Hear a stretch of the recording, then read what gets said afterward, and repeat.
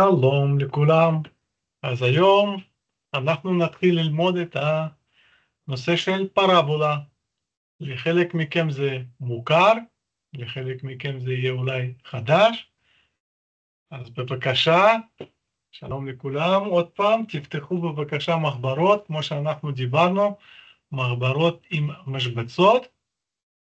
תיקחו ביד את העיפרון, או עט, סרגל, תגידו לי כשאתם רואים את המסך לבן. אז היום אנחנו נתחיל ללמוד נושא חדש, שנקרא פרבולות. יופי, היום אנחנו ב-20 בדצמבר 2024. ואנחנו נלמד פרבולה.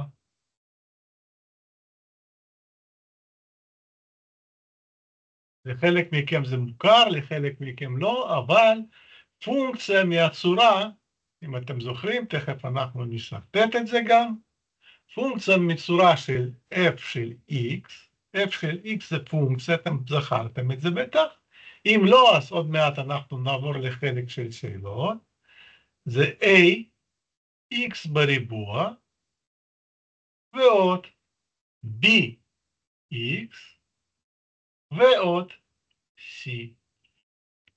אז פונקציה מצורה הזאת שיש לנו איזשהו משתנה x בריבוע, ו-bx ו-c, אז זה נקרא פרבולה, כש-a,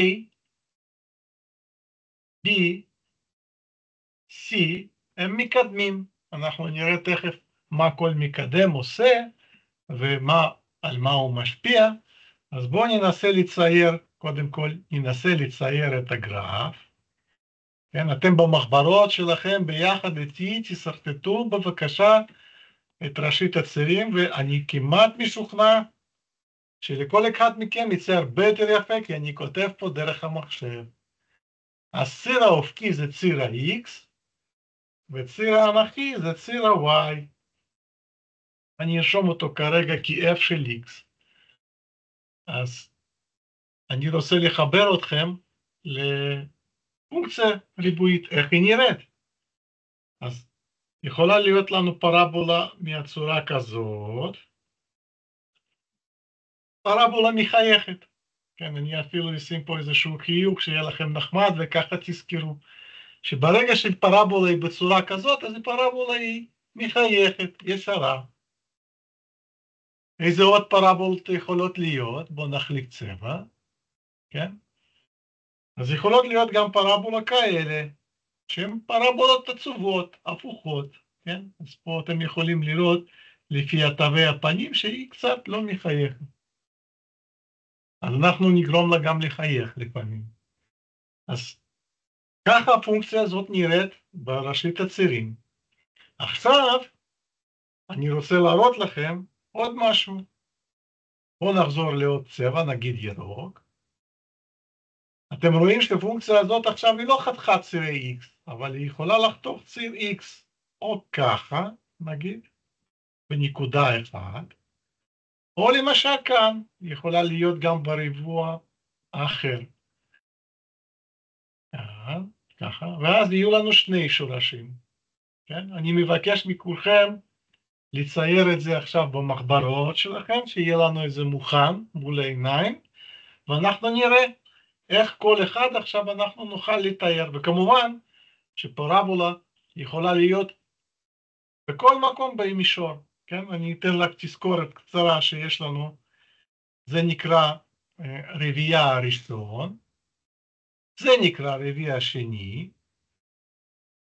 זה נקרא רביעייה השלישי, וזה נקרא רביעייה רביעי. כן? זה הולך פשוט נגד כיוון השעון, אנחנו עוד נעבוד על זה הרבה מאוד בשיעורים שלנו. אז אני רוצה לעצור כרגע את ההקלטה, ואנחנו נעבור להקלטה הבאה עוד מעט, ושם אנחנו נראה מה עושים המקדמים, כמה פעמים פרבולה יכולה לחתוך את הצירים, באיזה מקומות, האם פרבולה חייבת לחתוך את ציר ה-X. אז את כל זה אנחנו מיד נראה. אז להתראות בינתיים. ותכף נמשיך. טוב, שיירינג.